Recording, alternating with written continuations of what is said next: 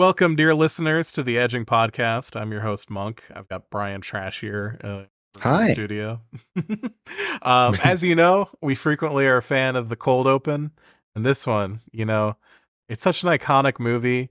But what's even more iconic than the film Mad Max, the star Mel Gibson. So what I'd like to do is I'd like to do an impersonation of some of the most famous things that Mel Gibson has ever said. This is all the power you ever had. Now it is mine. Pity there is not more time for us.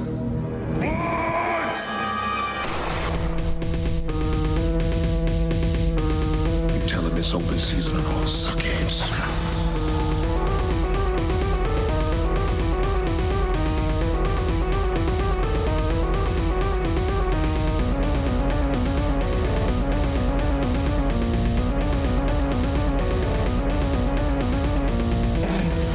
Just gonna have to teach you a lesson. No more clowning around. Fire!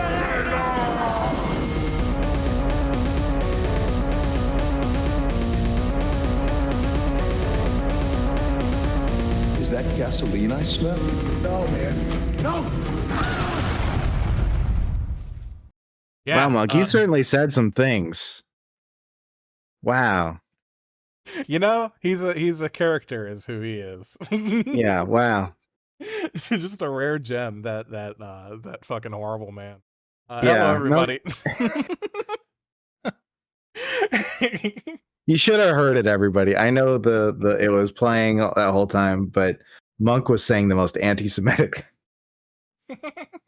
I'm kidding, of course. Monk was not actually. That was them. I don't know if you know. This is we're comedians. Sometimes we do a little bit of comedy on this podcast. I'm just saying. Yeah. Do we? When have we done comedy? That's true. Actually, we're We're serious. critics. We're cultural critics. We're EFAP. Oh God, I just don't even like saying EFAP. Yeah.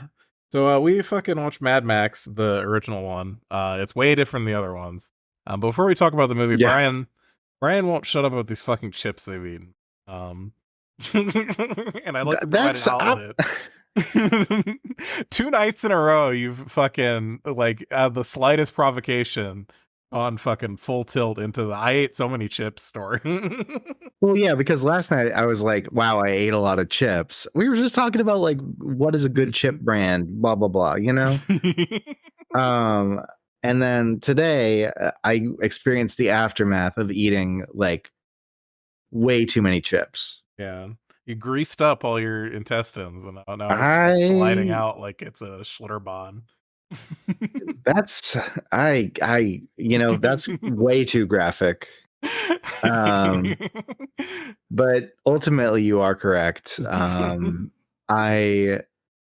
So dear listeners, I yesterday was hanging out with a friend and they had a glut of chips just chilling out that hadn't been eaten for a while. Yeah. And it was kind of like the bottom third of 2 bags of chips. And myself, a chip fan, decided, okay, well, you're trying to get rid of these, so I'll do my part. And I saluted. You started crushing some bugs and yeah, I started stomping on bugs and going and laughing maniacally. And then I started eating chips.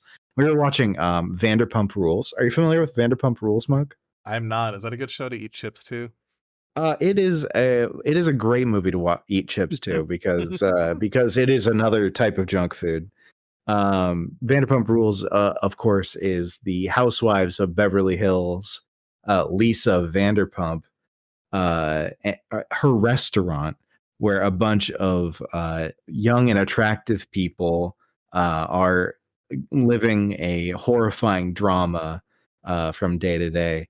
And so we're watching it. We finished the first season and it was great. I had a great time. It's a terrible show, but very fun to watch. Wait, hold on. Is this a movie or a show? Because I said show at first. And you said movie. It's a television and now we're talking show. First season. This is a television show. Okay. I'm losing Vanderpump plot. Rules is is a television show. Is this like a Desperate Housewives? It's no, it's reality TV. Okay. Wait, It's Desperate Housewives isn't reality TV? wait, I thought Desperate Housewives was real. I mean, fake. Fuck. Anyways, I don't know. watching Vanderpump Rules. Okay, eating like a third of a bag of Maui Hawaii. No, is it Maui or is it Hawaii? Whatever. The sweet onion chips. So those got milk in them, which is already a no for my tum tum. And then folding over into the other chip that was there, which was Tim's Cascade chips, but the jalapeno version. And don't get me wrong, a lovely chip, great flavor. The jalapeno flavor is really nice, and it's not like overly spicy. It's just good. But I did eat like a third of a bag of them. And How so big are you these know, bags? Or we're not talking like gas station or sandwich no, we're shop size. talking. No, we're talking. Grocery store. We're talking grocery store family size kind of thing. family size. Okay, so like the 12.5 ounce bag. Yeah, like a big bag. And I didn't know they made the fucking Maui sweet onions at that size. Well, I mean, it's a big bag. I don't know if it's like when I say family size, 12.5 ounce, and then there's also the 8.5 ounce. You know. Okay, Maui chip scholar. It's not Maui chips. It's just all fucking chips. They've got, because the family size is like the big fuck you size, and then there's like a medium in between, like the personal. I think size. It's the medium. Okay. I think it's the medium. I don't know. I'm not like, I just get chips and eat them. Okay, I don't look at the bag. I'm not reading numbers. Yeah. I'm reading ingredients. Okay, because I'm a freak about that. But you have a fucking long and storied history of eating garbage food that other people don't. I do. This is like one of my powers is that if I can eat it, and that's a big if. Okay, it used to be pretty much anything. It used to back when I was a child, Monk. When I was a child, I ate meat, and I ate milk, and I ate wheat, and I had all these things that I ate, and they were, I was inflicting great violence on my guts, on my intestines. All the time, because first off, you grow up with that beautiful oh look, fidget spinner. You grow up with that really cool mentality of like you gotta clean your plate. Mm-hmm.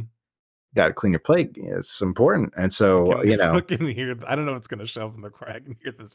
You can hear the fidget spinner. Fuck yeah! I wasn't lying. I literally just picked up my fidget spinner and started using it. Okay. Don't judge me. Or do. I don't fucking care. We're judging movies. Yeah, this is a judgmental show. This is a judgmental show. Yeah, no, not at all. Yeah, and so I would just kind of eat everything. I was like, I was well known as a garbage disposal. Hell yeah. And so I try and carry on the tradition as best as I can. Despite my withered glory, because of various things that I can't do anymore. But like your blown out gaping intestines. Yeah, the violence. Did I ever tell you about the time I really found out? I really fucked around and I really found out about gluten and me. I don't think so. So I visited Portland, okay? Mm-hmm. And I don't go to Portland very often. Yeah, it's kind of far. Yeah, it's too woke. They throw stones at me. They call me the F slur. Damn. Fun. I'm just kidding. What the fuck am I saying? But no, I went there to do a Comic-Con, right? Or not, it wasn't Comic-Con, it was like a comic book zine. No, it was a zine fest. That's right. I went to a zine fest, right? Yeah, of course. And so everybody was like distributing their zines and sharing zines. I was hanging out with some friends who had zines, and because I feel like I'm developing a better picture of myself for you, dear listener, every episode of what I used to be like. But anyways, we were hanging out at a friend's house because one of my friend's parents lived in outside of Portland. And we were all hanging out. And it's like, well, what are we gonna do? Well, because we got a little bit of time before we need to head back north. And we're like, oh, it'd be cool. Dave's Bread has their factory here. So we went to the Dave's Bread factory, which is like out in the middle of a field. It's weird. And went up and we're like kind of just walking around looking at the place. And then somebody came out and was like, hey, can I help you? And we were just like, yeah, we just like your bread a lot. And he was like, oh, we'll just hang out here for a second. Went inside, grabbed like several loaves of bread, and came out and gave us just tons of bread. And we were all like, this rocks. Thank you. Thank you, sweet bread baker. Was it like fresh off the line? Yeah. Oh my God. And it was like varieties, like a huge variety. And, really like stuff I hadn't seen before. They really broke cool. out like the labs. This is like R&D bread. They wanted to see if it maybe like grow a third ear or some shit. They were like, oh, these are fans. Let's get them the underground bread. Let's get them some fucking deep cuts. Okay. And so they brought out the bread mixtape. Do you remember any specific deep cut varieties? No, not at all. Not at all. This was very long ago, many years ago. Like a chia seed. No, they're right. There wasn't a chia seed bread. I'm pretty sure. But anyways, that's so heading fucking Dave would be. Yeah. Fucking bread. Dave's Bread would be really into chia seeds. It's good bread, frankly. Just like really, I can't eat anymore. I can't do it. I found out that day. But so we were heading back north and we were heading to Seattle. And on the way, I'm just starting to get like the pains. I'm getting like, oh no. I feel like I've got a shit, right? So I'm like, please pull over. I gotta go take a shit. So we pulled over at this like gas station / truck stop / something like that, right? And I hop into that bathroom and I am trying, monk. Nothing's coming out. Nothing. I'm just like, I'm sitting there just cramping up, being like, oh, I'm gonna like die. Like gasping for it's like yeah. Like a coughing baby. Yeah. And I'm just like, I'm like slowly developing more and more pain. And eventually I just give up and I'm like, I get out and I'm like, well, I guess we just got to keep going because there's nothing happening here, blows out your ass. Yeah. So we keep heading north and I had to wait for some public transit to get me the rest of the way once I got dropped off. And so I was just sitting there like experiencing more and more pain and like some sort of like sick animal. Because I'm always prepped. I'm always prepped and ready for stuff, right? I have this bag of like dried mint leaves that I brought with me. And so I pull out this bag of dried mint leaves that I just have had in my bag for days, right? And I'm just eating it. I'm just eating the dried mint leaves, hanging out at this terminal, and just fucking like bent over in horrifying pain and just being like, oh, gotta die. This is how early hominids discovered medicine. Yeah, is eating dried mint leaves that they had in their little their little pouch. And so I found out, I was like, that's fucked up. I don't know what happened there. I went and saw a doctor sometime later and they were like, oh yeah, you're all fucked up. What's going on? And they're like, you should do like a replacement diet and find out like what's going on. And I just started like, bringing things back on afterwards. And it's like, the milk doesn't hurt me too bad. And, all this other stuff doesn't hurt me too bad. And then I hit the gluten and it's just like, yo, and I'm in like horrifying pain again. I'm like, oh no. So found out, I fucked around. I found out.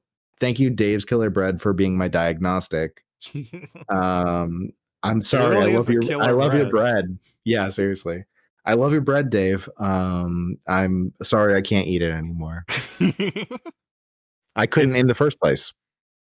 It's funny that you say this because I was actually recently, I must have missed you, but I've been asking a lot of folk what they think it would be like to eat a loaf of fucking like Wonder Bread, or like just like the plastic white bread straight from the factory line. I think Dave's Killer Bread is like maybe a step above that. Yeah. But it's still like Yes. the same bread ethos where it's like a pan cooked bread made for master distribution and shelf stability, even if it's better than the other, you know? It is. I think there's one big difference though, and actually this is a difference that probably would make it potentially much less destructive to me. Yeah. Is that Dave's Killer Bread has fiber. Yeah. Interesting. Where Wonder Bread is, I think might literally just be like the most glutinous flour that you could possibly get. Interesting. Right? Because it is sticky. Yeah. I don't know the last time you've touched it, but it is sticky. It's not sticky like bagel sticky. It's not the most gluten bread you could, you know. It's up there. Bagels I think would be number. Bagels would probably just murder me. I think I'd probably have to get like I'd have to get some intestine removed. Yeah. Oh my god, fucking Satan. That's the worst part of being a vegetarian and gluten free is that like it's like, oh, you want some vegetarian fake meat? And I'm like, yeah, I do. I really need to look at this package though, because there's like a really good chance that it'll just execute me. Yeah. Yeah. Sad, you know, that's the struggle. That's my struggle. You should try being better at eating things. I think maybe I would probably lose a lot of weight. I had more food so it would kill me instead of just being able to fucking chow down on where I want or suffer any consequences at all. You know, it's actually really funny you say that. Eggs get me. But even when eggs get me, like I think I could probably eggs are like a food that I'll feel like shit for a while after eating. I think I could probably, if I really had to, still like fucking like knock down like a dozen eggs, like if gun to my head, you know. Yeah. I don't know. It's funny. It's funny you say that because when it comes to like foods you can't eat, the one really funny thing about gluten stuff, about like celiacs, is if you have it and you are eating it, you'll like lose weight because you aren't absorbing any nutrients into your body. Awesome. So so if I was trying to like really like Ozempic my ass, I could just eat some gluten and I'd probably like drop 10 to 20 pounds. It was funny because I went to LA like not long after finding out to see a couple of people from college, and I was down there, and it was my friend and her boyfriend at the time, and her boyfriend was like, "Oh, you have a gluten intolerance? How's that going for you? Is it like helping you lose weight and stuff?" And I was I was just like losing my mind because I was just like, I'm like, well, actually, it's helping me put on weight again because I don't know if you remember that one time that I was like stick thin and was having joint problems because I didn't have any like body fat. And I became agoraphobic, you know. You remember that? No. Okay. Learning so much about it. Yeah, it's That's how they do it in LA. Maybe that's what LA's freaks. I'm for real. Here's what I thought when you brought up that it was in LA. I thought you were gonna go the opposite direction where it's like, oh, you have a gluten intolerance? Awesome. It must be so easy for you to lose weight then. Damn, that'd be so fucking wild. That'd be so fucking wild. Like the tapeworm shit. Yeah. Oh, you have a tapeworm? Fantastic. You're looking so svelte. Yeah. Oh my god. Yeah, I mean, you know, and that's why Ozempic hit LA like a fucking ton of bricks, you know? They call it they call it the California Katrina. Well, that's kind of what the toilets look like. So yeah. yeah. Yeah, that shit Oh is god. wild to me. I don't think Mhm. like even if it's like I don't think it's like everyone who's taking it who's like shitting their entire body out of their asshole. Mhm. I think even if it's like a 0.5% of that happening, I think I'm good. I think I'd rather be a fat ass who poops right, you know? And that's a beautiful thing is, as long as you're pooping right, you're probably okay. That's the thing. Oh my god. Well, There's a hey, lot in your I've life that could be going wrong, and everything can still be fine if you're pooping okay. yeah, it's like It's for like at real least it's pooping. like something that you can do like every day that's like relaxing. Yeah, if your poops are okay, like that's a really good indicator of good health, really, truly. And that's what it's going to be like when the society falls. Everyone's going to be looking at each other poop and just being like, Damn, bro. that's you're Your shit's all healthy, fucked up. or you're fucked up. You're Stay going to be away like, from me. yeah. Oh my god, One I of don't know like why the mm, gated I just compound, and in yeah. order to gain entrance, you have to present a fecal sample. I don't know why this is reminding me of that scene in Idiocracy where the doctor. I haven't I don't seen know if you ever Idiocracy. watched that. Uh, It's a bad movie. I want you to know it's a really bad movie. It has a couple funny bits in it, but yeah. like it's a bad movie. Yeah, I always got that impression that it was a bad movie. The guy I knew in high school who was a big time Sam Harris and was always talking about how Idiocracy was the real world. Yeah, there's some real freaks out there about Idiocracy. I'm not gonna lie. There's some people who will be like, I don't know, this seems too real, dog. I'm like, what are you talking about? I think you're the part of the movie that's real. Yeah. Oh God. Ugh.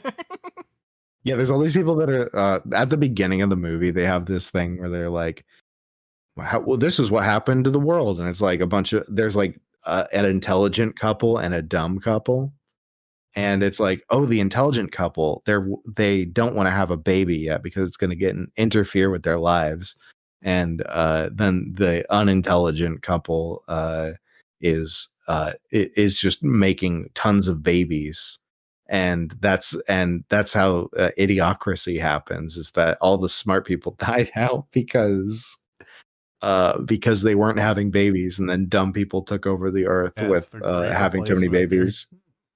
It is. It really is. And also it's like not scientific. It's like it's just really it's dumb. It's just a dumb concept. And Mike Judge isn't a scientist. I don't expect him to be right about things.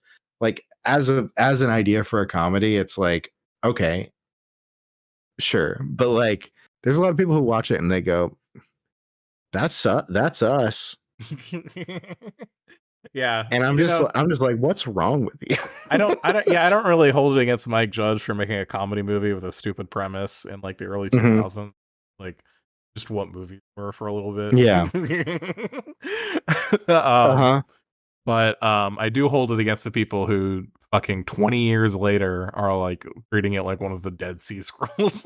I know, right?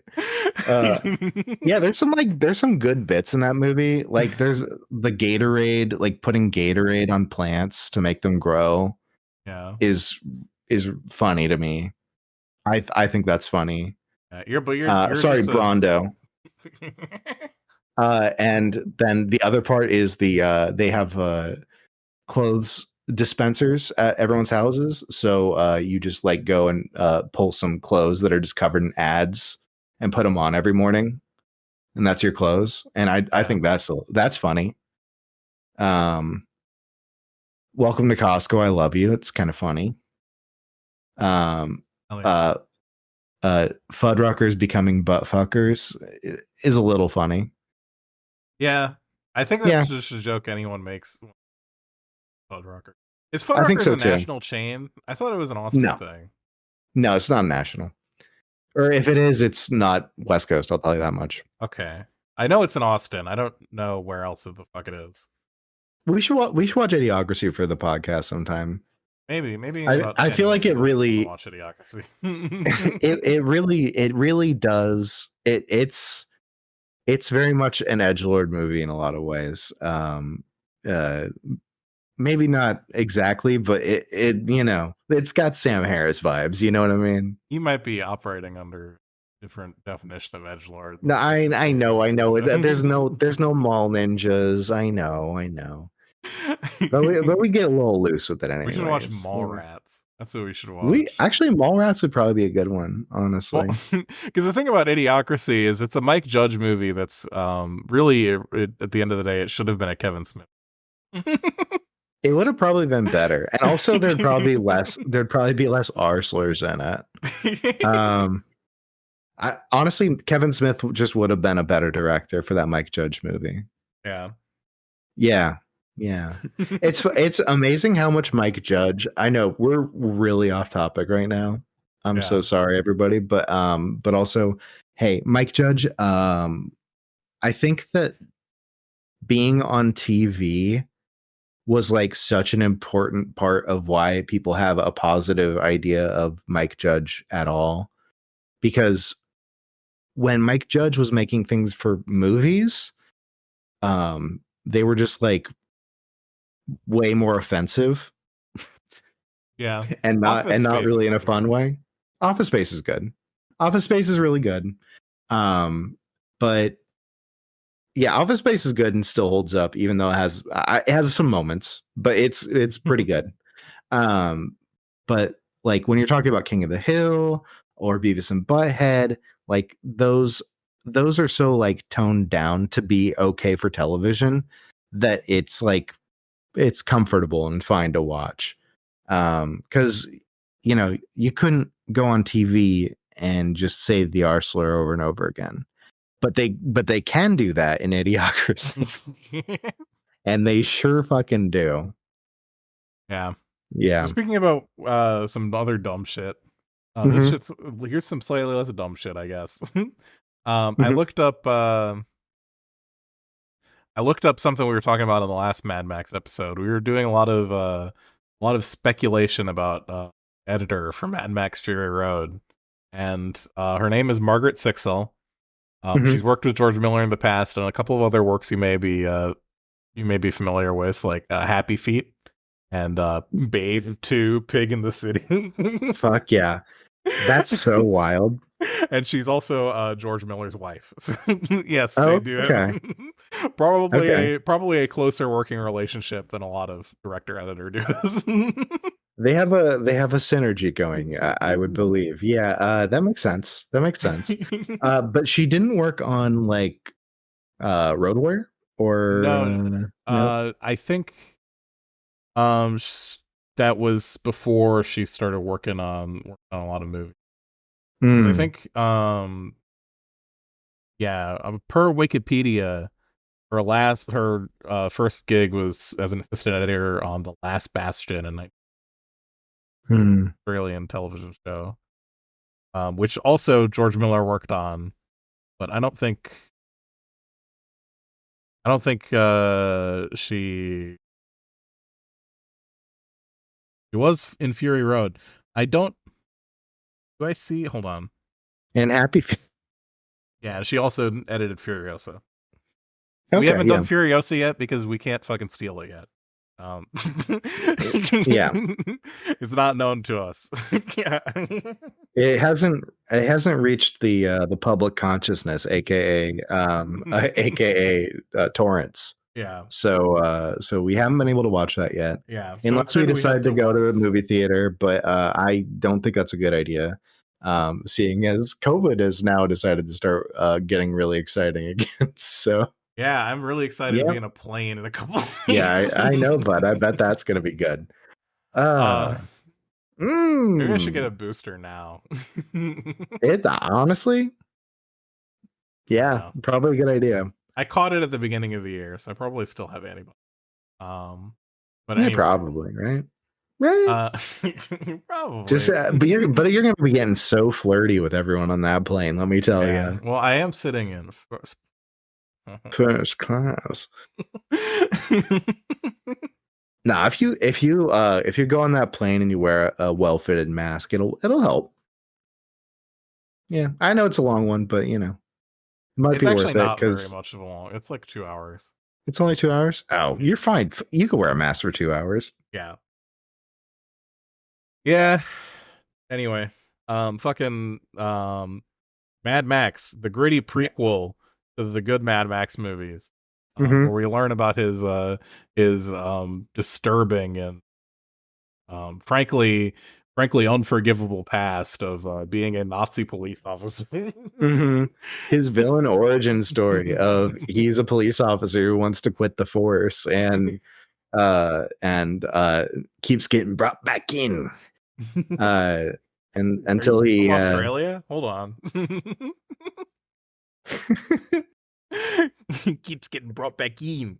keeps getting brought back in.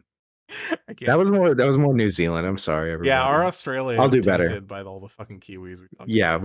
we just hang out with too many Kiwis. Accents. Believe it or not, Conquest of Dread is not the only Kiwi we know.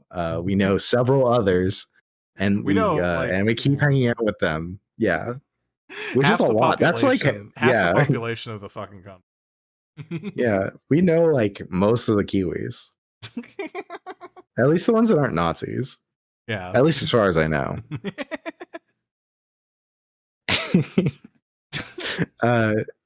Yeah, but it's but yeah. So so in this one, he's a cop. And another thing we talked about in the last Mad Max episode that's going to be relevant, we kind of went in. I kind of went off on, I think, an unsubstantiated at the time rant about how if George Miller wrote a movie that had a whole lot of talking in it, the talking would probably suck and be really bad. And you know what? Mm-hmm. This movie had a whole lot of talking in it, and the talking sucked, and it was really bad. I mean, you know. So I have a slightly different feeling about it. So it's not fully different. I do kind of love the dialogue in this movie because it's so like charmingly you know how if you're like listening to a regular like American or like British English movie and they do some like futuristic shit, they like try and throw in some like dumb future shit, right? Yeah. Well, this is doing that from like an Australian perspective. And so I find that very charming that you have a child named Sprague. I don't think the child is named Sprague. I think Sprague the child is slang word for a kid. I'm pretty sure the kid's name is Sprague. Because my dad would call me a Sprogling. What the fuck is your dad?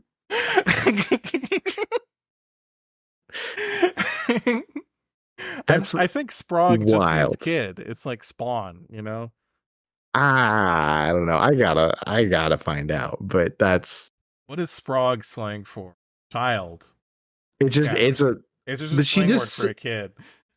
So she just like leans forward, like she just realizes, and she goes, Sprague.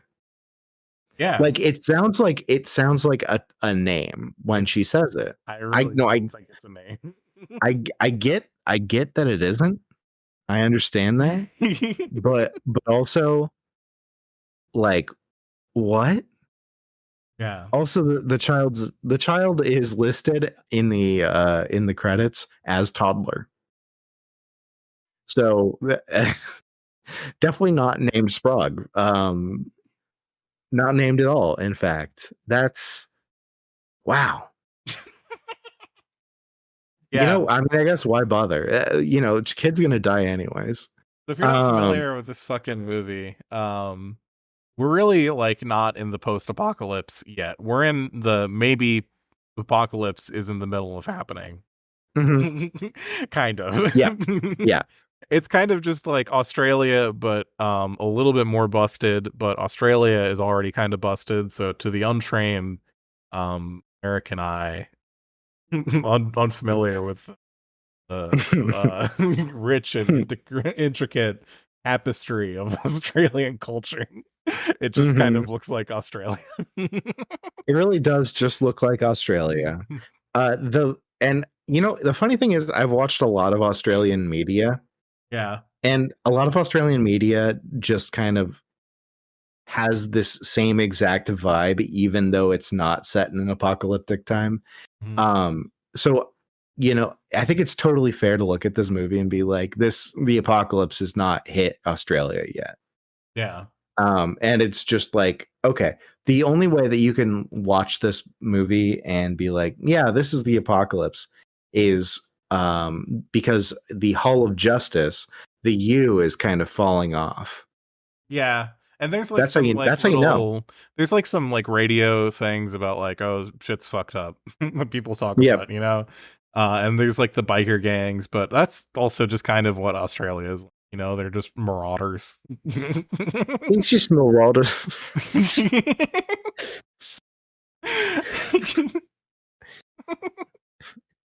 And it kind of has like they kind of spend most of their time either just hanging out on the beach or just hanging out on the side of the road, which is also just what my impression of Australia is like. Yeah, I'm pretty sure that is literally just what Australia is like. Is people are like, yeah, they're at the I'm going down to junkyard. the beach. They're at the junkyard by the beach. They're at the side of the road. And they're at like some farm that looks like it's falling down. Mm-hmm. Yeah. And that's that. That's all. It's all like that. They find themselves in the woods. There's green. There's like woods and green. Yeah, that's true. This is a time when people knew what trees were, which makes it kind of I know it's like there's not really a canonical through line to these movies, but it is kind of ridiculous how in this first movie Max like looking at trees and going, that's a tree, and there's someone who's like his age in Fury Road, or at least presumably close-ish to his age, sees a tree and is like, what's that?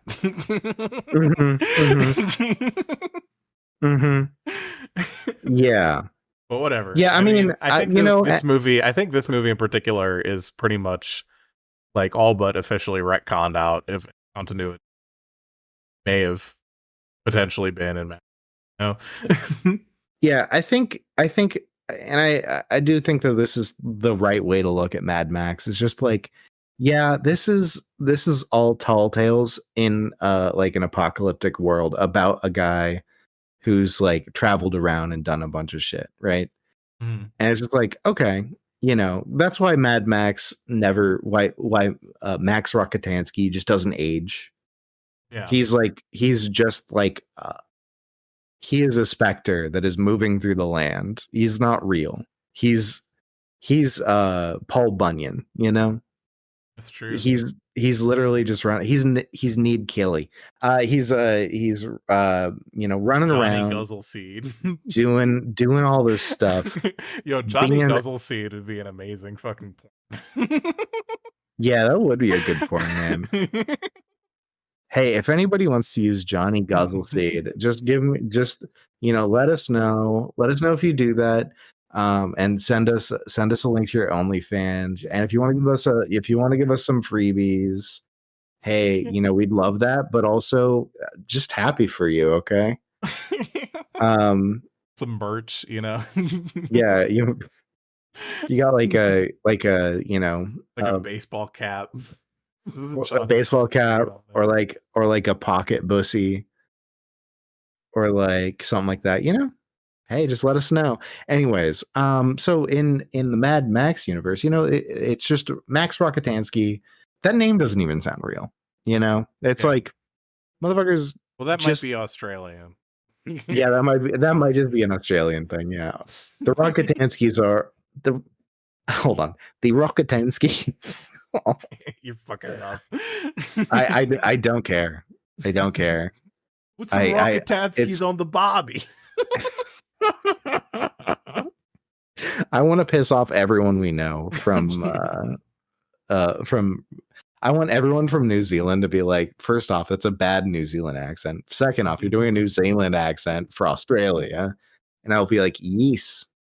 I am. Eeks for breakfast. Yes, I am. Yeah, here's another thing. I would Oh like god. someone to fucking send us an email about. Why is it New Mhm. South Wales? Why can't it be New North Wales? What part? Why does a part of Wales relevant? Is South Wales the actual South Wales any Mhm. different than North Wales? Is there a New North Wales? Couldn't it just be New Wales? Could it be New Wales? Yeah, exactly. Why does it need a whole fucking other word? Yeah. So What's let up with us that? know if you know. I don't think anyone knows. No, I don't think so. So I'm looking at the George Miller filmography right here, and I'm seeing something I really like, and I'm so excited to get to this point with you, Monk, that we've seen Beyond Thunderdome, because we are inevitably going to get there. Mhm. Um, so in the same year that Mad Max Beyond Thunderdome um, released in 1985,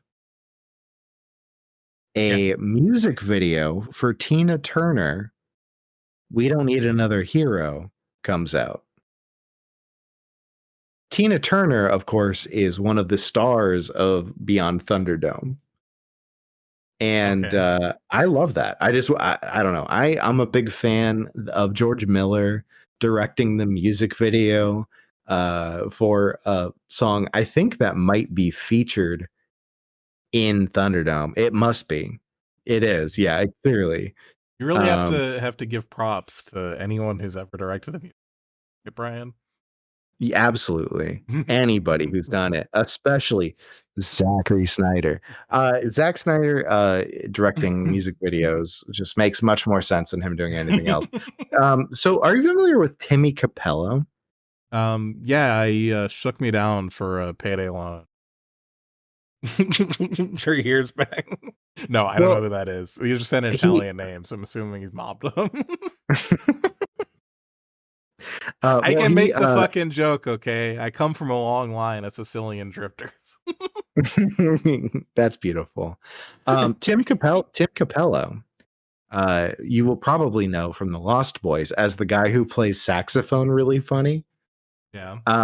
And he also is in the music video for "We Don't Need Another Hero" with Tina Turner. I'm loving it. I'm just saying, I'm loving it. Ba da ba ba ba. I'm loving it. So Um, what's some other shit yeah, that happens in the movie other than they hang out? A lot of the movie is unironically just they're hanging out, you know? It's not yeah, really the same nonstop action as like this movie was it was kind of a looking at your phone kind of movie, not gonna lie. yeah. I mean, so this is actually like in movies a generational divide thing. Yeah. Uh, and so have you seen the movie Bullet? I've not seen the movie Bullet. So Bullet is a movie with Steve McQueen where Steve McQueen drives car good Mhm. in San Francisco, and it's great. It's really nicely filmed. It's very nice. But it's just like this movie in so many ways. Like Yeah. this is like if that movie was made on a no budget and with no star power. And also with like a sci-fi future plot. Um, like this is like Dollar Tree Bullet. Yeah. Yeah. Bullet at home. And yeah, this is Bullet at home. And like if you watch that movie, you'll see that the pacing is just kind of how movies were for Well, I'm a aware lot of the time. there was a very long period where people didn't know how to make it good, and that eventually we figured out, hey, movies actually suck when it's just a bunch of people hanging out in periods of time. But it's like I don't know, but the thing is that it's not just hanging out. They are doing stuff a lot of the time. Uh a lot of that stuff is also kind of characterization things where it's like, oh yeah, we've got the motorcycle gang. They come up, the nomads, and they're like goofing around in the street, kind of hanging out. But you also kind of get the sense of who they are from it. Like it is a lot slower than it needs to be, but also I'm not against that. I'm not against a slow movie. right? I don't think that like every moment in the movie needs to be uh interesting necessarily, as long as you're putting a story together that kind of works. And I do think that it works pretty well in this one. Hmm. Uh, there's definitely stuff that there's like moments I think aren't quite there in this movie, but it is also like an early movie for George Miller. This is not like this is Yeah, oh yeah, I wouldn't hold this frankly movie being like it's like his first like big project, right? yeah, and frankly, it's really impressive for that. Like the car work is really good. For the 80s, the like cameras and cars, wild. And some of the stuff that he does to like as I said while we were watching the movie, to like be economic about scenes, right? Right. Is like, cutaways so you don't have to do You don't have a to lot of have like a things. prop baby that gets run over. Yeah, exactly. The only prop thing that we see get run over is Mel Gibson's arm by a motorcycle. And that one, it works really well because it's easy to do that. You just you like fill up the arm with something and have Mel Gibson's actual arm not get run over. It's Yeah. easy. But like, having people dying on like by getting hit by motorcycles, it's like, yeah, that's a lot of effort. And that they went and chose to do like, throw some things in the street and be like, death, violence has happened here. And also it's important, I think, to remember I was there's like a couple of moments where there's like sexual violence being referenced in the movie. One scene in particular that's very much there, and it's the way that they deal with it is by doing a cutaway and then showing aftermath, which is a cheaper and more economical, but also just like a better way to do that scene. Yeah. That's what um Danny DeVito said on that episode of It's Always Sunny too. Wait, what did he say? In the fucking Nightman episode, they're talking about how it's Oh, gonna. God damn it. Yeah, I but mean, he's right. he's right. Like, if you're cutting away, it's like you don't have to put something traumatizing on screen, but it still gets across that this has happened, I had and you can deal with it afterwards. This is something that yeah. my improv teacher taught me many years ago. Where if you are doing an improv scene and you're on stage and you're pissing, you mime pissing with your back to the audience. It's true, you do. Because if you're pissing directly on them, they start to get uncomfortable. They get uncomfortable, and also the illusion is broken because unless you're pissing and you have exposed your genitals so you can piss. Yeah. People then, do nude improv. That was a thing that I never went to one because I was in high school. Yeah, but there was live nude improv was a big thing at the theater that I was brought up in. Well, I do have to ask, why in the fuck would somebody do that? But it was incredibly popular, actually. But I think it was mostly popular among improv people. Yeah, which is kind improv of people are how that works. Improv people are, well, you know how improv people are. It was freaks. so funny because like most of the money in improv comes from getting people to pay you to coach them. That's and like I knew like one person who got like a gig for like a commercial one time, and everyone was like, "Oh my god, you got a paying gig!" Yeah, that's improv, baby. Yeah,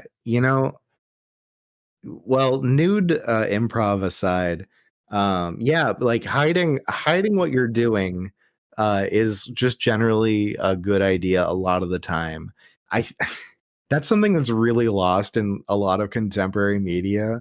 A lot of contemporary media is just like, oh, well, we have the ability to just create a visual effect for this and show the monster. And you know how much that fucking sucks? Yeah. Like 90% of the time I see that monster and I'm just like, oh, wow, this isn't scary anymore. Or this It looks isn't like even a interesting silent anymore. movie. Yeah. Where like you watch Alien or Aliens, those movies, just by using dark places where you can only see parts of an alien, or you don't see an alien at all, or like they might cut away from somebody uh during a kill. It's just like, oh no, that's great. It works super well. If the violence is happening off screen, you can inspire much more interest in the audience just by being like, hey, you are imagining what's happening up there. You You ever you're doing it. you ever get a chance to see Alien in a movie theater? No, I never did. I did, like, actually a couple months ago. It's pretty good. Pretty good on a big Yeah, screen. yeah. I believe it. I also just think that uh I so I'm sure many of our listeners and Monk, you are familiar with H Bomber Guy.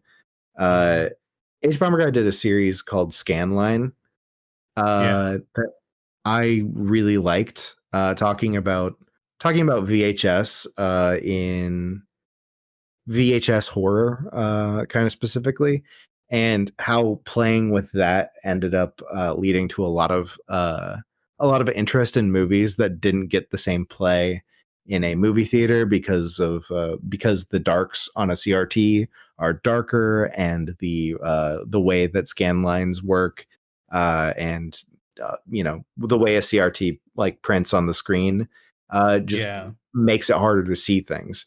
That's more of an And Aliens thing than an Alien thing, though. it is, Alien, but like, predates, Alien's like, pretty bright.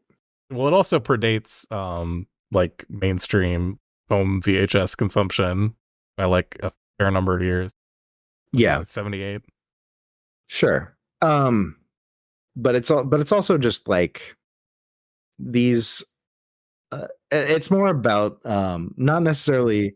My takeaway wasn't so much about just VHS, but rather like what it is that makes something scary and what like imagination does for you as as a director, and like how you can use that. And I think that it's very important for people to think about that. Because Michael Bay keeps putting all these fucking robots on screen that look like hot garbage, Yeah. as they writhe around in a silvery mash on the screen. And there's no reason for that. It was You cool don't how you need to could do that. see every individual pore on Leonardo's penis in the Teenage Mutant Ninja Turtles movie. It's beautiful.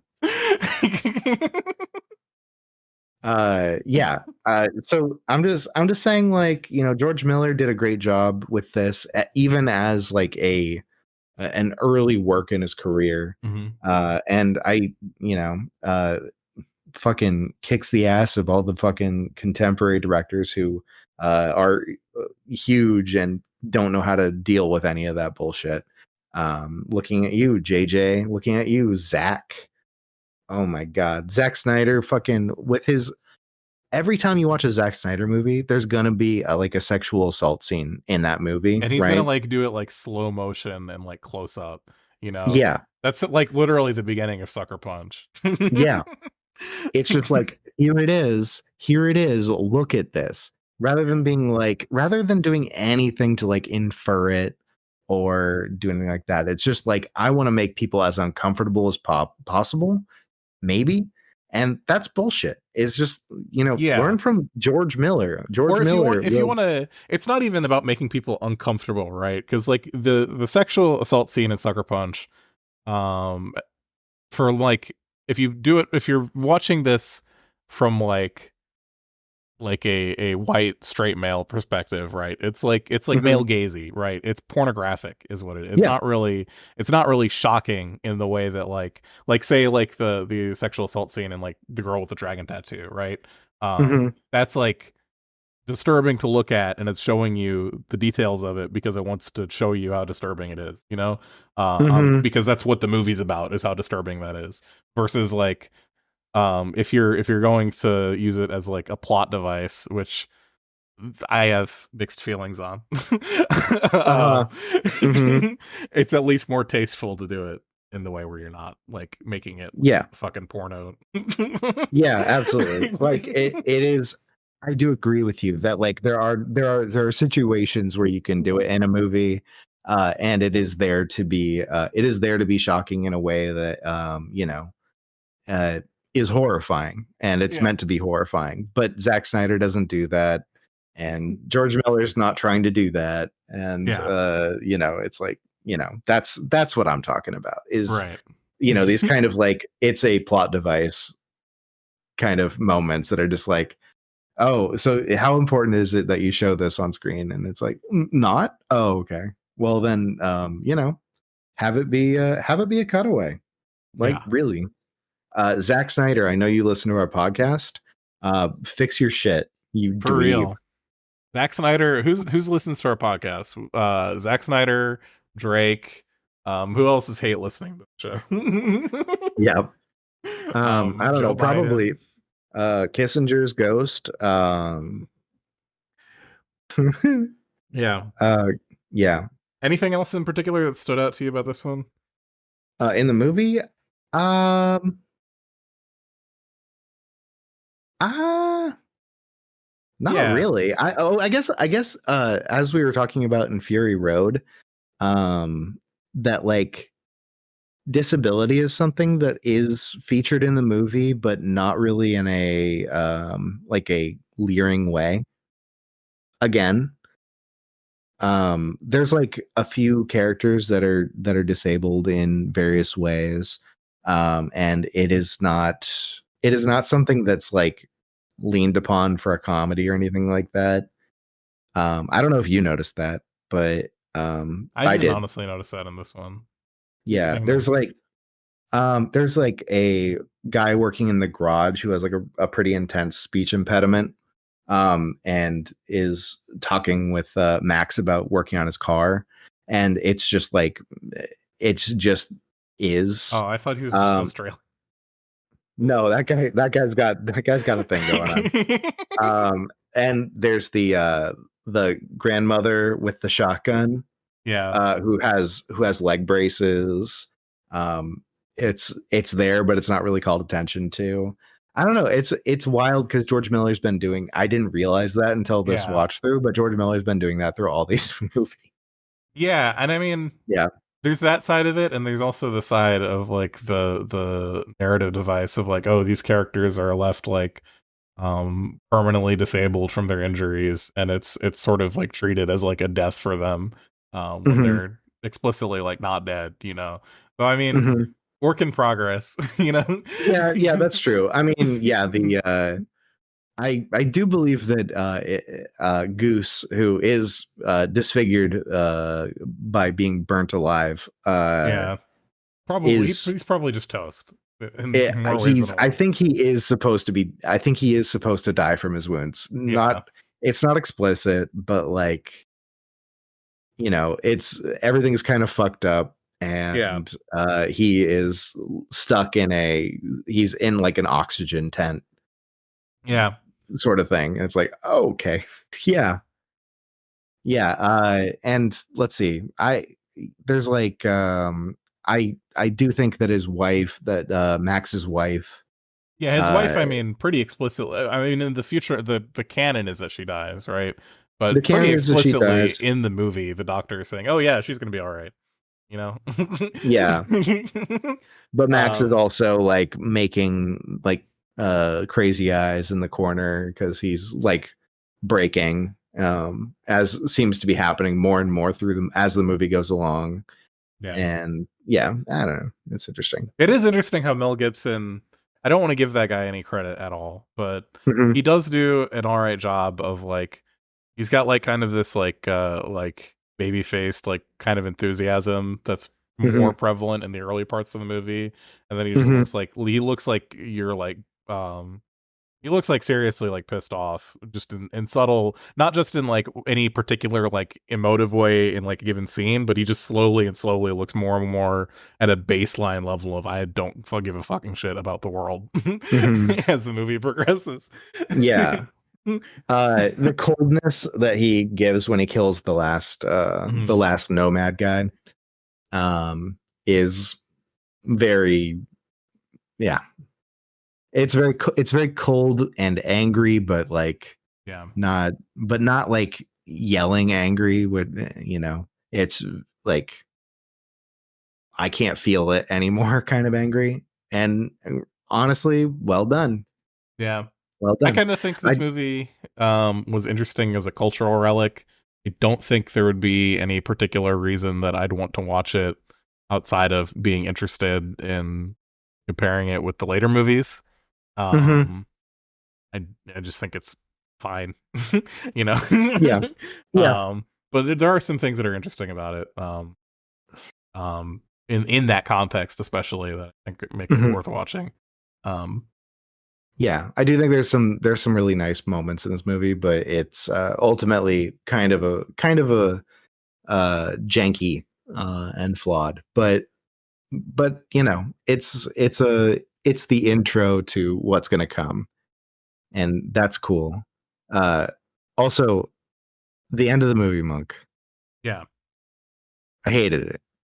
Oh, I was busy at the end of the movie because I was watching this video of someone's giant boil on their ass question mark Mhm. getting squeezed out of them for 2 minutes straight.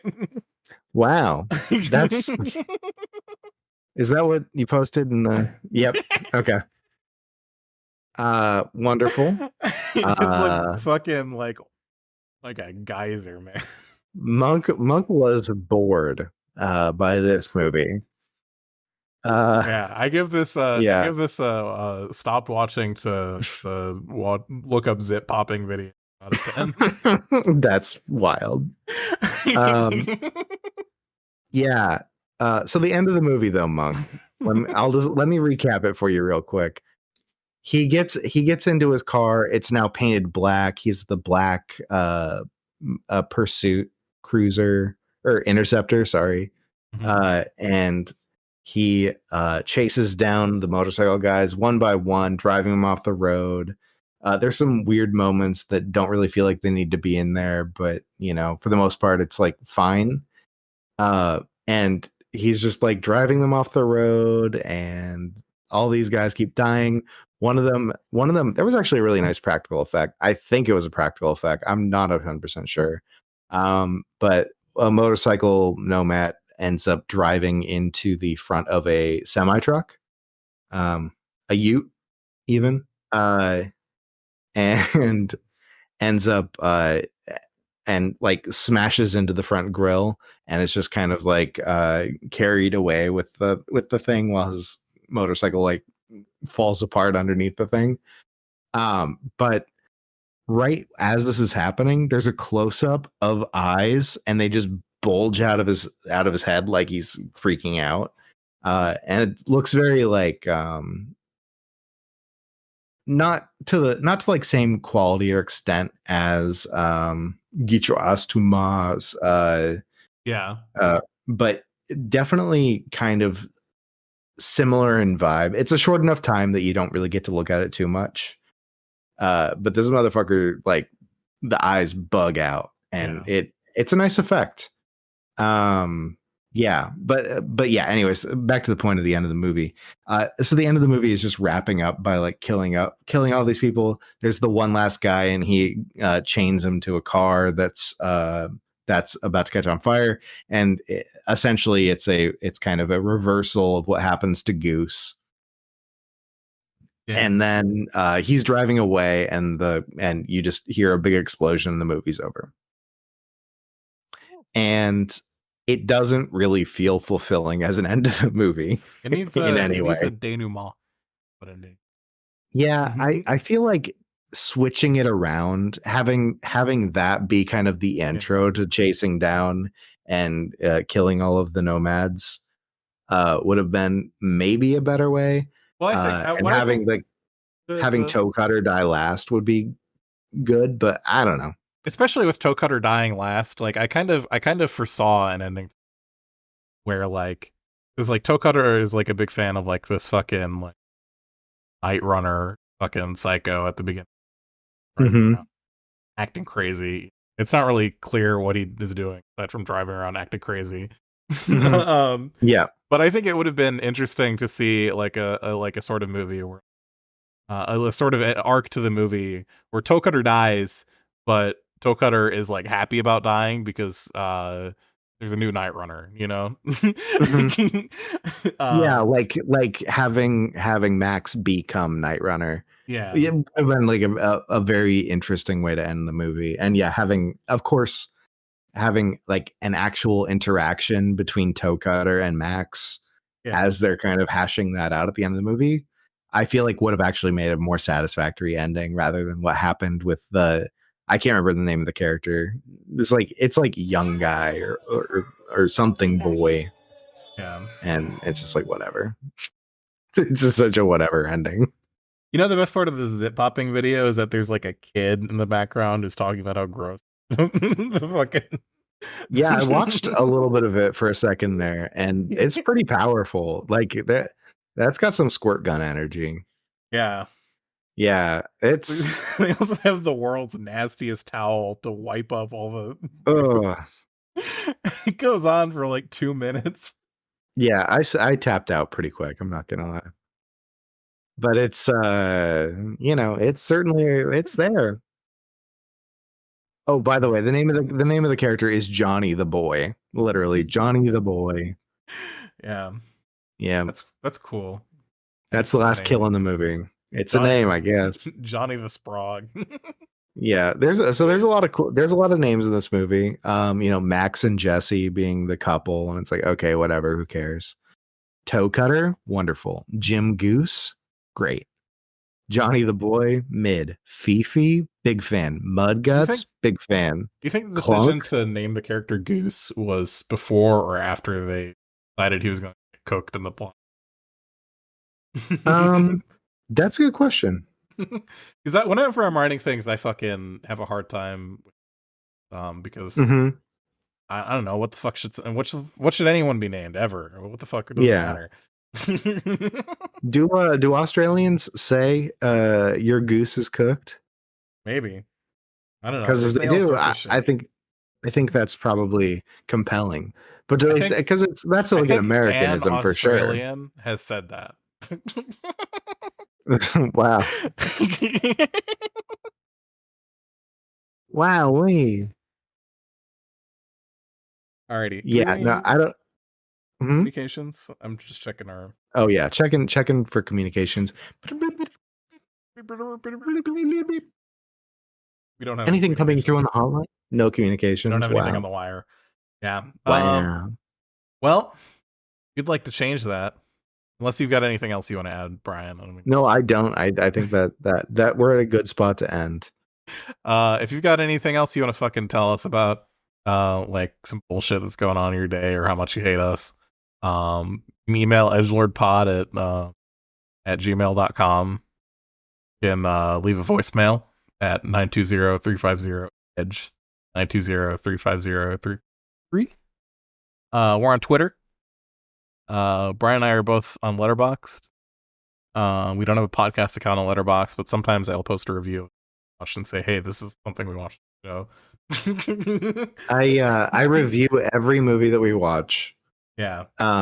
Sometimes briefly, but I do review them. And then I also once in a while will update the movie list, which is on Letterboxd. I have it under my account, Brian Trash. And if you want to look at it, that's where you can see all the movies that we've done up until probably one or two back before I update the list. I try to be, kind of in between the two of us when I'm describing the movie, so I don't end up calling Versus a piece of garbage. You know, but it's not. It's not. Uh, a bit of my bias seeps in. Okay. And if you want the But unbiased review, yeah. that are pure, cold, hard, objective fact, look at my letterbox where I do not take Brian's. Yeah.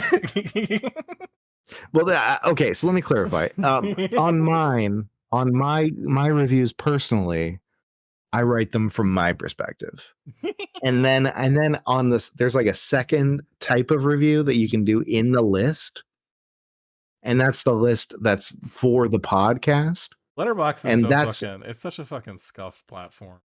It's not very good. Yeah, but but it's a place to do this. Yeah. What's your favorite review that you've done so far on the Letterboxd? I reviewed a lot actually. Like, I've been fucking posting. I've been posting. I'm one to do. I think there was something I posted that. Oh yeah, there was a review I posted for this one movie. What was the fucking movie? I'm trying to find it right now. Oh, Terminator 3: Rise of the Machines. My review is something that only me and maybe one other person will get. I wrote, oh wow. They made John Connor adopted and from Russia.